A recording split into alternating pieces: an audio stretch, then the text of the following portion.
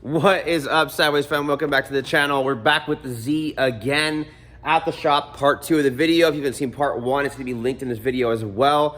A lot of stuff to do today. We're gonna go ahead and start on the intercooler piping. Water system is done. We're gonna get fuel lines done in this video. We're gonna get wiring done in this video. This is gonna be a completely different setup than the other car was. I'm gonna go a lot more into the wiring in this car, actually. Get a custom harness for a customer some time ago that was in an MK3. I'm modifying my old harness to go ahead and run that same setup basically in a different chassis now. So we're gonna be cutting off some stuff. I'm gonna be going kind of through the chassis to find the wiring that I'm gonna need to get the fuel pump to power up, to get ignition switch power, to get start signal, to get the alternator to charge, all the good stuff. So let's go ahead and get right into it. I'm gonna start working on the fab. Let's go. I don't know if I showed this earlier, but turbo stuff is all done. Intercooler piping is actually all finished as well. I don't know if I showed this in the last video, but couplers are on. Everything's all nice and swooped in. I do need to still go ahead and weld the IAT sensor in. We need to put a TPS on. I need to extend the coolant temperature sensor, but valve covers are kind of just put on for now. I guess Gavin found some bolts for us to be able to put those on, put some gaskets in them. I went ahead and got the turbo feed line hooked up. We've already gone ahead and put the coil packs in now. Fuel pressure regulator is mounted and the fuel lines are actually all done. We've already went ahead and exchanged the fuel in the car for E85 and went and done that this morning. I've already as well gone ahead and put the hole in the firewall and ran the harness through the firewall. So now we basically have a bunch of ECU connectors and stuff in here that we're going to be playing with. I'm going to try to, for now, just bridge the power and see if I can get fuel pump and ignition power to go ahead and come up to get it started. We've gotten all the fluids we're going to be going ahead and putting in here pretty soon. Just need to finish making sure everything is tight. I am going to have to, however, go ahead and pull this out to get the turpentine belt off. We got to put the crank trigger sensor in the motor because obviously it's not going to start without knowing where that crank trigger is at. So we're going to put that in. And then pretty much we've already gone ahead and put the radium fittings in the valve cover. Battery's still gonna have to go in the trunk so we can do the catch can assembly we have over here on the floor and a bunch of other stuff. So let's go ahead and keep going with it. So got the alternator off. We already went ahead and put the crank trigger sensor in. Let me get the light on. So now you can see we got a sensor in there. This is a 2JZ GTE one. You can tell because the sensor is just extremely freaking long.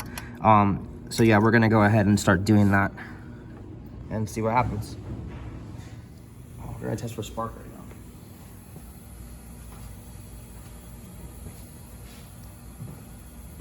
now. I'm assuming we're gonna get no spark right now.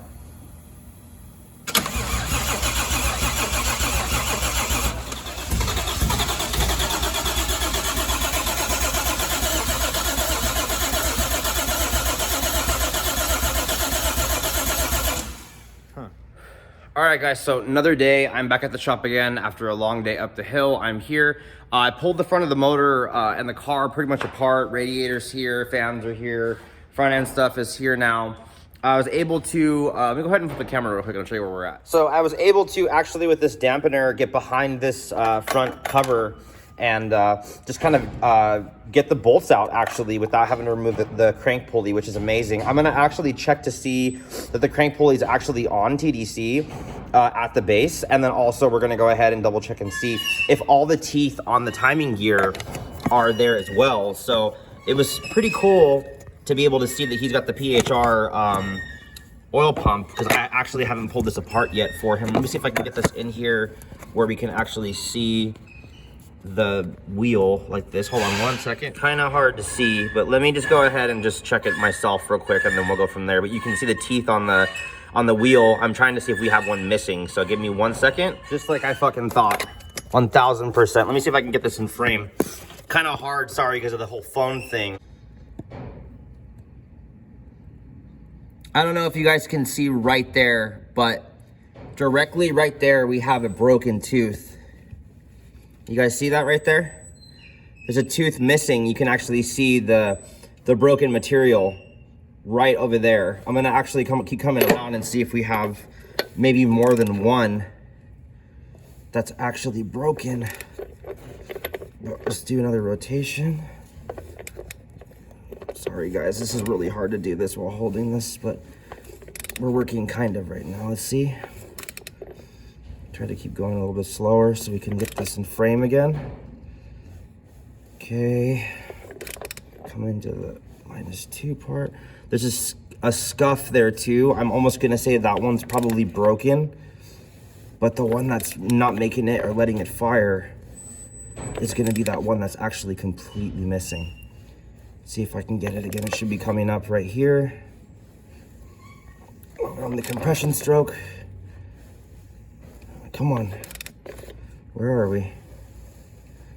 Oh, if we coming up right now? There, I think it's right there. I think that was it, right there. That was the one that was missing right there. Yep, I think that was it. But yeah, so that's the reason why we're not starting right there. Alrighty guys, well another day we're at the shop. I got the customer here. We're doing some fuck shit. Let me show you what's going on. So we got a big burly buff man over here pulling this C's pulley off right now.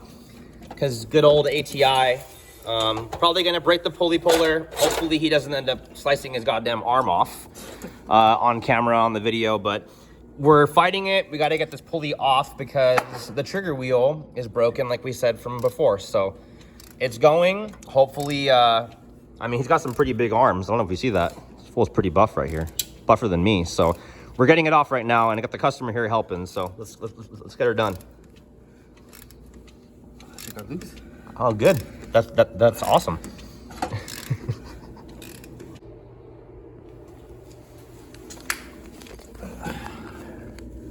Look at that right there. That wash ain't starting right there, brother. Yeah. He got it off without damaging it. It's amazing. I'm so happy for him. All right. We're all back together. New trigger wheels installed. OEM crank pulley. All good to go. Hopefully she starts. All right, so I'm at the shop. It's a new day. I got a package from ECU Masters that we went ahead and came in. You know, box looks like this when it shows up. I don't know why it didn't come in ECU Masters box, but you can see we got the 1JZ PNP jumper kit. When you get it, it looks just like this.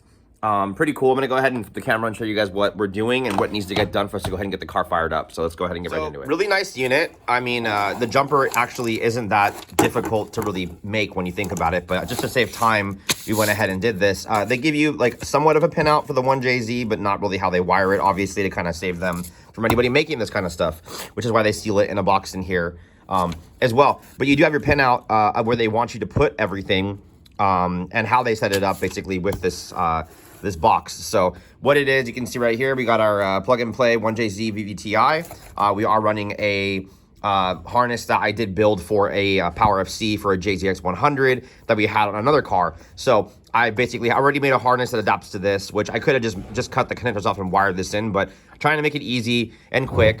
And we didn't do this from the get-go, so this is kind of what we're playing with now. So anyways, the ECU is going to have an internal map sensor. Let me actually grab the ECU real quick. Anyways, we got our EMU black right here. Let me just go ahead and open this one.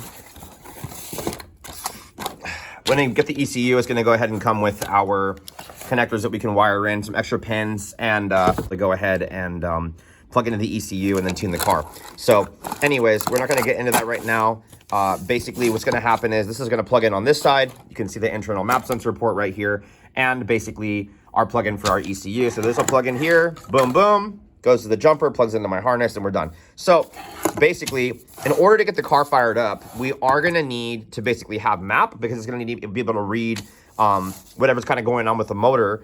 And then we're going to need a wideband, at least minimally, to get this thing started. So I believe if I look on my desk with all the rest of the mess of shit that's here, we do have our WHP adapter kit. I'm going to go ahead and open this up right now and get right into it and show you. This is probably going to be part of a second video as well, so that I don't get too much into this. I think this is going to make this video just too damn long. So let me go ahead and kind of reel through this real quick. So I've gone ahead and already kind of opened everything up. So inside of your EMU black box, you're also going to get the pin out here as well of what you can put every pin to on just a universal setup for the car. But also, they leave you a really cool pin out on the back too for whatever sensor you're planning on using for the car. And then basically your even color wires. I haven't quite looked to see each and every pin on the actual connector and where it's supposed to go onto what part of the ECU. You'll see on the ECU the actual same exact terminology that's there for there on here as well. So anyways, I'm probably just going to wire this directly to the ECU. I mean, the jumper is going to come apart anyway, so I'll probably just cut these here and then just crimp the ECU Masters connectors on and then just be done. So give me a minute to go ahead and start this. I'm going to go ahead and wire this in. I don't need to have this be part of this video, but I was just kind of giving you guys a heads up. We have our brand new wideband we're going to be putting on too, but basically the car will go ahead and run once we have a wideband to be able to at least know what the air fuel is going in, and then the map sensor to know kind of enough to get the car started. So let me go ahead and kind of get this wired up and done, maybe make a second video of this stuff, and we'll jump right into hopefully starting this car up. So I'm at home, but I wanted to go ahead and show you what I've been doing for the last few hours and what we're doing. So let's go. My messy little rig in my room. We're running all of our wiring from our EMU black now for all of our sensors. I'm pinning everything out. I've already actually gone ahead and had Danny write in where he wants everything. So I'm actually just kind of running all my wiring, sheeting all my wiring for my boost controller, my map sensors, my flex fuel sensors, my IAT. But this is what we're doing at home, making a big old mess of my room. Happy Sunday, so gonna go back to work. Alrighty guys, so let me go ahead and show you where we're at and what's going on and what's been getting done. So I can go ahead and end this video. This video is already being kind of long to begin with. So I'm gonna kind of jump right into it with you guys. So let me go ahead and put the camera. Alrighty, so all in all, fans are done, radiator fab is done. I've actually already gone ahead and fired everything up. I'm gonna go ahead and show you, just for records of everything, I've went ahead and already went and wired up the wideband. This is the WHP one that we talked about earlier. Need to be wired. Fans I have just kind of bridged in right now so they can go ahead and start so we can keep the car cool.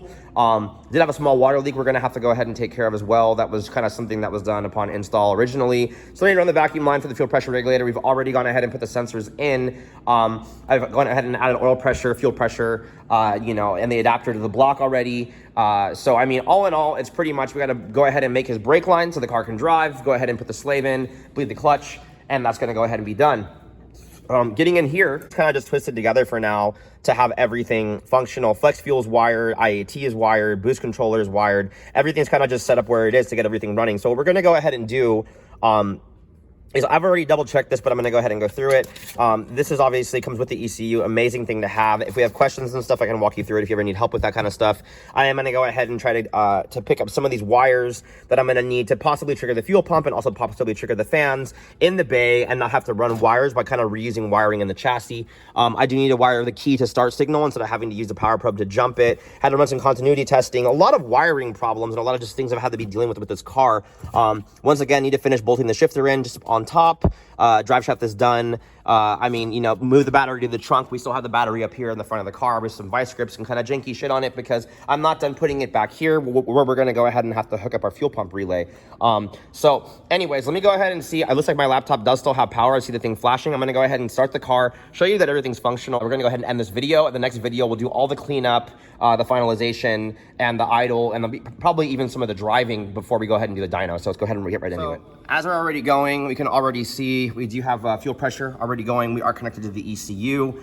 Letting a few seconds for the Lambda to go ahead and warm up, but I'm going to go ahead and start it real quick. Give me a second to jump it.